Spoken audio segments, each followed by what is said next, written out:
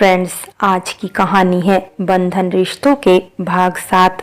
पिछले भाग में आपने पढ़ा, विशाल खाना खाकर कमरे में कुसुम का इंतजार करने लगा। वो कुर्सी पर बैठे बैठे ही सो गया। अचानक उसकी नींद खुली तो कुसुम कमरे में नहीं थी। घड़ी देखी तो रात के 1 बज गया था। उसने नीचे जाकर देखा तो कुसुम वहां भी नहीं थी। अब आगे तब उसने विकास के कमरे में देखा, कुसुम वहीं सो रही थी। विशाल ने उसे नहीं जगाया, पर अब वो समझ गया कि ये किसी बात से बहुत परेशान है, क्योंकि जब भी ये बहुत परेशान रहती है तभी भाई के कमरे में सोती है। वो वापस जाकर अपने कमरे में सो गया। सुबह जब विशाल की नींद खुली तो कुसुम अपने बालों में कंघी कर रही थी। विशाल ने कहा, रात में तुम कहाँ थी? मैं तुम्हारा इंतजार कर रहा था। उसने कुछ भी जवाब नहीं दिया। विशाल उसके पास जाकर बोला, तुम मुझसे नाराज हो क्या? मैं 2 दिनों से देख रहा हूँ तुम मुझसे बात नहीं कर रही हो, क्या हुआ तुम्हें? वो बोली, कुछ नहीं, मैं नाश्ता बनाने जा रही हूँ, आप तैयार होकर नीचे आ जाइए। विशाल झुंझलाकर बोला, नहीं, मैं थक गया हूँ, रोज एक ही तरह की जिंदगी जी जी कर। सुबह उठो, तैयार हो, ऑफिस जाओ, फिर रात में 11-12 बजे आना, खाना खाकर सो जाओ। ये कैसी जिंदगी है जिसमें परिवार के लिए टाइम ही नहीं मिल पा रहा है। मैं तुमसे 2 दिनों से बात करना चाहता हूँ, पर तुम हो मेरी बात ही नहीं सुनती हो। क्यों मुझसे नजरें चुरा रही हो? कल भी तुम रात में दूसरे कमरे में जाकर सो गई। मैं यहाँ तुम्हारा इंतजार करता रहा। क्यों नाराज हो मुझसे? उस रात में कहाँ गया था? वो मेरे शर्ट पर किसके होठों के दाग है, यही जानना चाहती हो ना तुम? कुसुम के भी सब्र का बांध टूटा था। वो चिल्लाते हुए बोली, मुझे कुछ नहीं जानना है, और किस हक से जानना चाहूंगी? आपकी बीवी या इस घर की बहू होने के नाते मैं सब जानती हूँ। आप निशा से मिलने गए थे और ये दाग भी उसी के हैं। तो क्या आप दोनों एक दूसरे से प्यार करते हैं? आपके बीच ऐसा कई बार हो चुका है। मैं गलती से आप दोनों के बीच में आ गई। आपने तो मुझसे शादी सिर्फ अपने भाई के बच्चे के लिए ही की थी ना, पर अब तो वो बच्चा ही नहीं रहा। तो आपका और मेरा कैसा रिश्ता? ये मजबूरी का रिश्ता तोड़ दीजिए। इस रिश्ते में अब कुछ नहीं रखा है। आप मेरी तरफ से बिल्कुल आजाद हैं। आप तलाक के पेपर ले आइए, मैं साइन करने के लिए तैयार हूँ। अब थक चुकी हूँ इस रिश्ते को निभाते निभाते। विशाल ने गुस्से से खींचकर उसे एक चांटा मारा और कहा, इसके आगे कुछ मत बोलना, एक भी शब्द नहीं, मैं अब नहीं सुनूंगा। कुसुम रोते रोते बाहर चली गई। विशाल भी बिना कुछ बोले ऑफिस चला गया। विशाल सारा दिन सोचता रहा, कुसुम ऐसा क्यों बोल रही थी? मैंने भी उस पर हाथ उठाकर गलत किया। मैं क्या करूं? मुझे कुछ भी समझ में नहीं आ रहा है। मेरी आंखों में उसे प्यार क्यों नहीं नजर आ रहा? वो सोच रहा था, आज रात तो मैं उसे अपने प्यार का इजहार कर कर ही रहूंगा। उसे बताऊंगा कि वो मेरी जिंदगी है। रात में जब वो अपने कमरे में आया तो कुसुम वहां नहीं थी।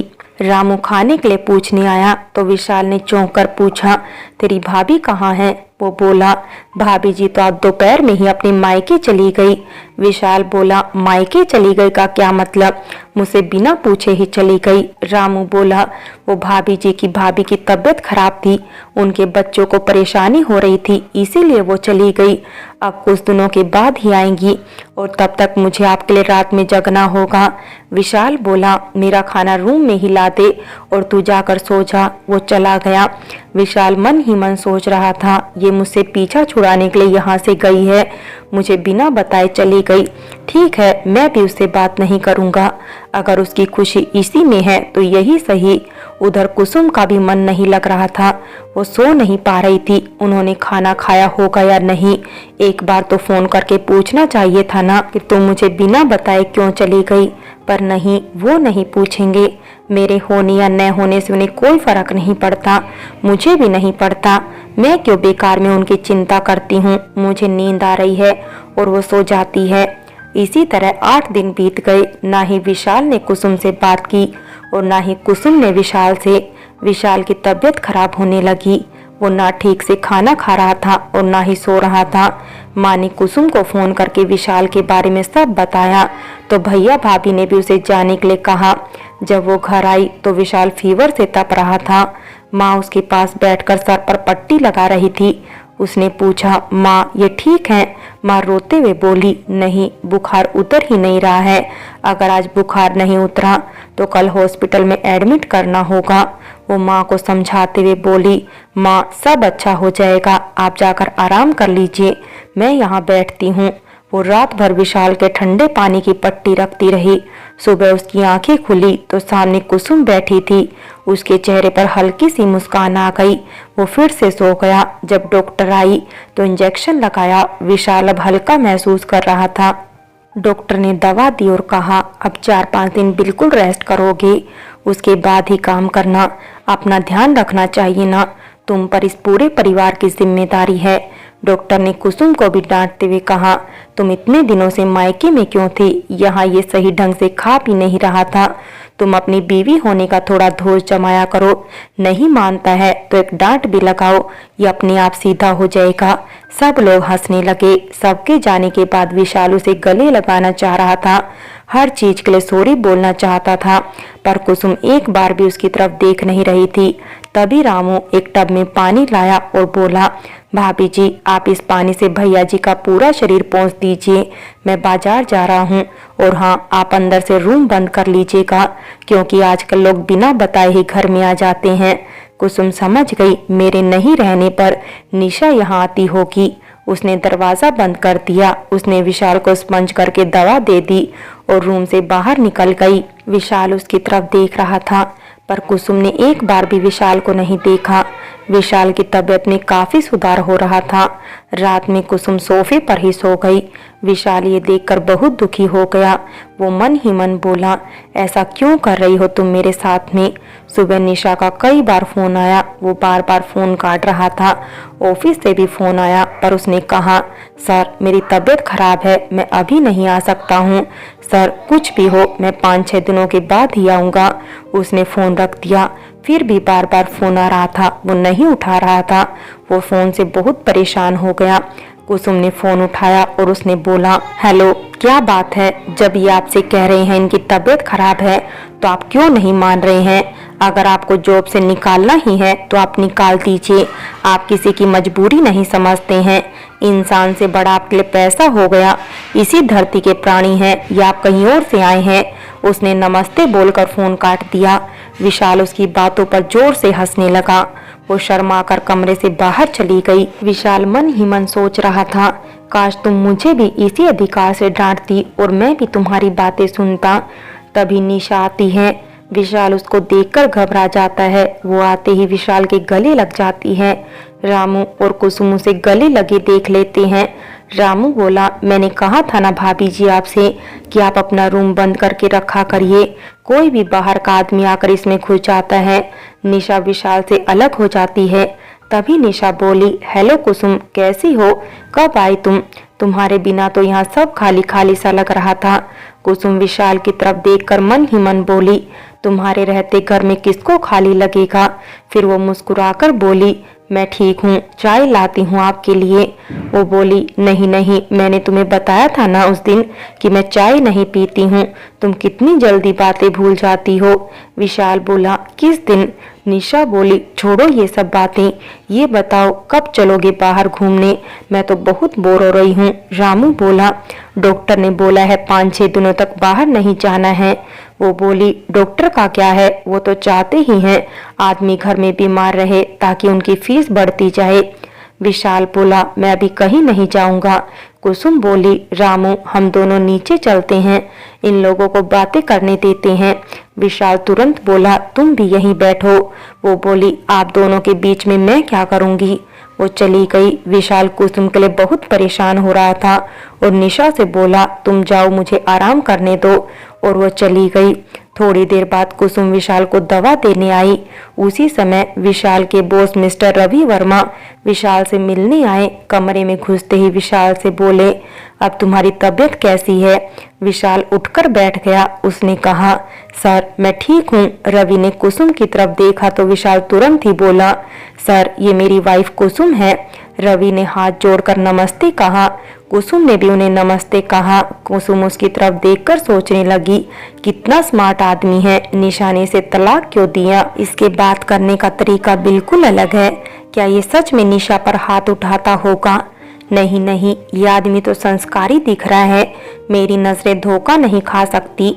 रवि ने कुसुम की तरफ इशारा करते हुए कहा, इन्होंने ही मुझे फोन पर डांटा था। इन्हें देखकर तो ऐसा नहीं लगता कि इन्हें किसी को डांटना भी आता है। कुसुम तुरंत बोली, उस बात के लिए सॉरी, मुझे आपसे इस तरीके से बात नहीं करनी चाहिए थी। रवि ने तुरंत ही कहा, ओ नो नो, आपकी डांट में अपने पति के लिए केयरिंग नजर आ रही थी, मुझे यही बात अच्छी लगी। और सच पूछे, मैं आपसे ही मिलने आया हूँ। तभी माँ बापूजी कमरे में आते हैं। विशाल बोला, सर ये मेरे मम्मी पापा हैं। रवि तुरंत खड़ा हो गया और दोनों के पैर छूकर प्रणाम किया। पापा ने कहा, बैठिए बैठिए बेटा। माँ बोली, कुसुम कुछ चाय नाश्ता बना लो। रवि बोला, नहीं आंटी, मुझे कुछ नहीं चाहिए। माँ ने कहा, मेरी बहू के हाथों में जादू है, एक बार आप इसके हाथों का खाना खाकर देखिए, आपको अच्छा लगेगा। रवि ने फोन करके अपने ड्राइवर को कहा, गाड़ी में जो भी सामान रखा है उसे घर में लाकर रख दो। उसने कहा, मैं आप लोगों के लिए कुछ गिफ्ट लाया हूँ, आप मना मत करिएगा। माँ ने कहा, लेकिन बेटा इसकी क्या जरूरत है? सबने बहुत अच्छे से नाश्ता किया। बाद में रवि ने विशाल से कहा, विशाल क्या मैं 5 मिनट तुम्हारी बीवी से अकेले में बात कर सकता हूँ? वो बोला, जी सर, क्या तुम्हें कोई ऐतराज तो नहीं होगा ना? उसने कहा, सर मुझे मेरी बीवी पर मुझसे भी ज्यादा भरोसा है। आप मेरे लिए अनजान हैं पर मैं उसे जानता हूँ। विशाल अपने कमरे में लेटा था। उसने कुसुम से कहा, सर तुमसे कुछ अकेले में बात करना चाहते हैं। वह तुरंत बोली, क्या बात करेंगे? मैं तो आपसे सॉरी बोल चुकी हूँ। दोनों उसकी मासूमियत पर हंस पड़े। रवि ने हंसते हुए कहा, आप घबराइए मत, मैं आपसे आपके पति की निगरानी में ही बात करूंगा। अब तो आपको कोई ऐतराज नहीं है ना? कुसुम विशाल की तरफ देखते हुए बोली, जी नहीं, चलिए। दोनों बालकनी में खड़े हो गए। रवि ने कहा, एक बात बताइए, आप अपने पति से बहुत प्यार करती हैं?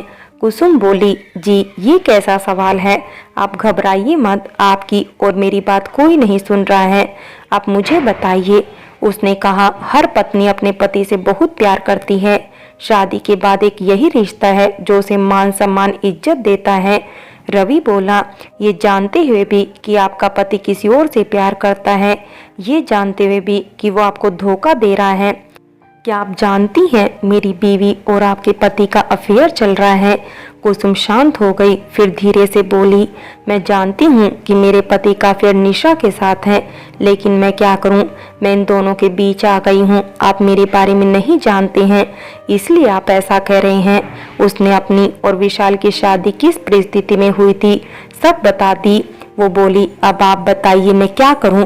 मैंने सुना है कि आपने निशा पर हाथ उठाया था, आप दोनों का तलाक भी हो गया है। क्या आपने कभी ईमानदारी से अपने रिश्ते को अपनाने की कोशिश की है? एक मौका तो आपको भी जरूर देना चाहिए था अपने रिश्ते को।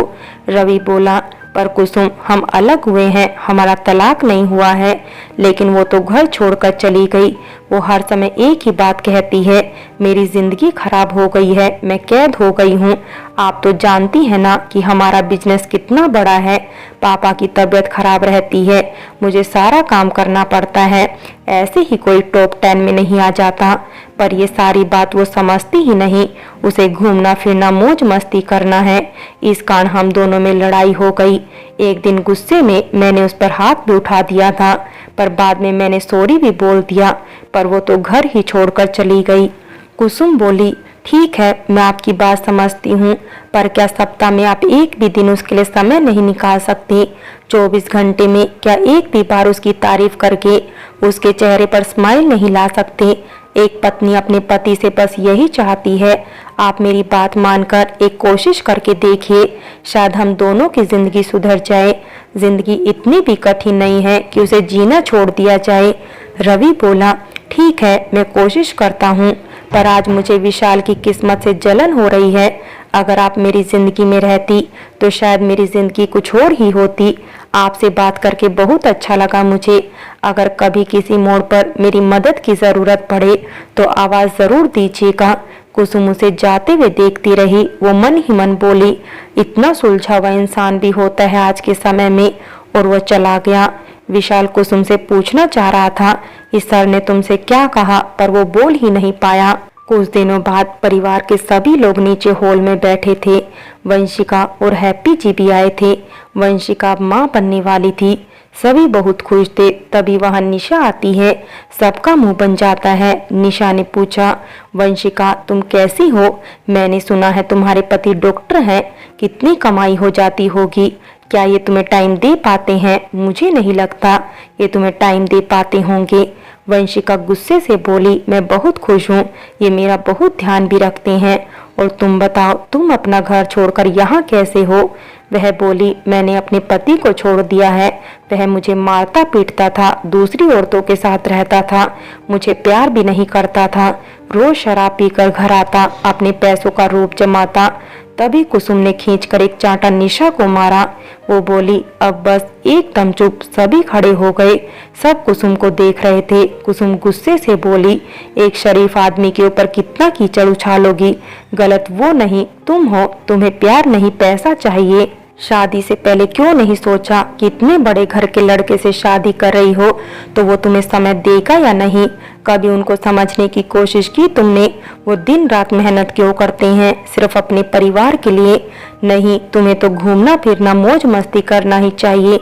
कभी प्यार से अपना हाथ उनके सर पर रखा है? नहीं। जो आदमी बड़ों की इज्जत करता हो, जो अपने क्लिक के माता पिता के पैर छूकर प्रणाम करता हो, जो अपनी मर्यादा समझता है, वो शराबी और दूसरी औरतों के साथ उसके नाजायज रिश्ते हैं। वाह क्या बात है। मैंने उनकी आंखों में सच्चाई देखी है, तुम्हारे लिए प्यार देखा है। रही बात हाथ उठाने की, तो कभी कभी गलती से हाथ उठ जाता है, पर तुमने तो घर ही छोड़ दिया। वो तुमसे बार बार माफी मांग रहे थे, पर नहीं, तुम तो अपनी ही जिद पर अड़ी थी। घर तो तुमने उनका छोड़ दिया, पर उनके एटीएम के पैसे खर्च करना नहीं छोड़ा। क्या तुम्हारा तलाक हुआ है? तुम सबसे कहती हो तुम्हारा तलाक हो चुका है, पर कोर्ट ने तुम्हें 6 महीने साथ रहने को कहा है। अगर वो चाहते तो तुम पर इसके लिए केस भी कर सकते थे, पर उन्होंने ऐसा कुछ भी नहीं किया। अब बस बहुत हुआ। बस करो अपना झूठा ड्रामा और एक बार अच्छी बीवी बनने की कोशिश करो, क्योंकि ऐसा सुलझा हुआ सीधा आदमी तुम्हें जीवन में कभी नहीं मिलेगा। एक बार सब कुछ भूलकर अपने रिश्तों को ईमानदारी से निभा कर देखो। तुम्हें अनुभव होगा कि इससे अच्छा हमसफर हो ही नहीं सकता। निशा वहां से चुपचाप चली गई। सब कुसुम को ही देख रहे थे। वंशिका की दोनों आंखें खुली की खुली रह गई। वो बोली, भाभी आपका ये रूप मैंने पहले कभी नहीं देखा था। और आप इसके पति से कब मिली? वो बोली, शायद मैं ज्यादा ही भावुक हो गई थी, पर रवि जी इतने अच्छे इंसान हैं कि मैं उनकी बुराई सुन ही नहीं पाई। वंशिका मजाक करते हुए बोली, ओहो भाई क्या बात है, तो बात चलाऊं क्या? वो बोली, वंशिका मैं मजाक के मूड में नहीं हूँ, पर भाभी आपने उसे जवाब बहुत जबरदस्त दिया। थोड़ी देर बाद वंशिका और हैप्पी भी चले गए। विशाल ने रामू को बुलाया। उसने रामू से पूछा, क्या मेरे नहीं रहने पर निशा यहाँ आती है? रामू बोला, नहीं भैया वो नहीं आती। फिर कुछ याद करके बोला, हाँ भैया याद आया, भाभी जी के मायके जाने के एक दिन पहले आई थी और भाभी जी से बोली थी आप सारी रात उसी के साथ थे और ये शर्ट पर दाग भी उसी के होठों के हैं। मैं चाय देने जा रहा था तो सुना था। विशाल को सब समझ आ गया, इसीलिए कुसुम मुझसे नाराज है और मुझसे बात भी नहीं करना चाहती है। थोड़ी देर बाद विशाल ने अपने कमरे का फ्यूज निकाल दिया। कुसुम रामू रामू आवाज दे रही थी। वो अंधेरे से डर रही थी। उसे किसी की परछाई दिखाई दी। कौन है, कौन है, कौन है वहां पर? कई बार आवाज लगाई। परछाई उसके करीब आने लगी। वो जोर से चिल्लाई, विशाल जी आप कहाँ हैं? विशाल ने धीरे से कहा, मैं तुम्हारे पास ही हूँ। वो विशाल से लिपटकर रोने लगी। मैं बहुत डर गई थी, कब से आवाज लगा रही थी, हमारे कमरे में कोई है। विशाल ने अपने हाथ की कैंडल को आगे करके उसके होठों पर अपनी एक उंगली रखते हुए चुप रहने का इशारा किया। वो विशाल से अलग हो गई। विशाल ने कैंडल को एक तरफ रखा, फिर उसकी तरफ बढ़ने लगा। उसने पूछा, अब बोलो क्या बोलना है? उसने चारों तरफ कमरे में देखा, फिर दरवाजे की तरफ देखा। दरवाजा अंदर से बंद था। वो बोली, दरवाजा किसने बंद किया? विशाल बोला, मैं नहीं चाहता कि आज हमारे बीच कोई आए। आज तुमसे सारी बातें क्लियर करनी है ताकि हमारे बीच का मौन व्रत टूट जाए। वह बोली, मुझे कुछ बात नहीं करनी है आपसे, अभी मुझे बहुत सारा काम है। वो जाने के लिए आगे बढ़ी ही थी कि विशाल ने उसका हाथ पकड़कर उसे अपनी तरफ खींच लिया। वो बोला, मैंने कहा ना ही कोई कमरे से बाहर जाएगा और ना ही कोई कमरे में आएगा। तुम मुझसे नाराज हो। मैं उस रात निशा के साथ था तो हाँ था, पर उसके घर पर उसके परिवार के साथ था। दूसरा, मेरे शर्ट पर उसके लिपस्टिक के निशान थे तो मुझे नहीं पता वो कैसे लगा। हो सकता है जब उसे चुप करा रहा था तभी लग गया हो। मेरा उसके साथ शादी से पहले रिश्ता था, पर जब से तुम मेरी जिंदगी में आई हो मैंने किसी की तरफ नजर उठाकर नहीं देखा है। कुसुम बोली, पर आप मुझे ये बात क्यों बता रहे हैं? मुझे कुछ फर्क नहीं पड़ता कि आपका किसके साथ रिश्ता है और किसके साथ नहीं, आप क्या करते हैं और क्या नहीं। वो बोला, तो सच में तुम्हें कोई फर्क नहीं पड़ता? तो निशा ने जब तुम्हें उस रात के बारे में बताया तो तुमने मुझसे बात करना क्यों छोड़ दिया था? क्यों अपने भाई के घर चली गई? वो बोली, वो तो भाभी बीमार थी इसीलिए मैं गई थी। जब मैं तुम्हारे करीब आता हूँ तो तुम क्यों घबरा जाती हो? अभी डर से मुझे क्यों पुकार रही थी? क्यों मेरी परवाह करती हो? क्यों मुझे बुरा बोले तो तुम्हें अच्छा नहीं लगता? क्यों?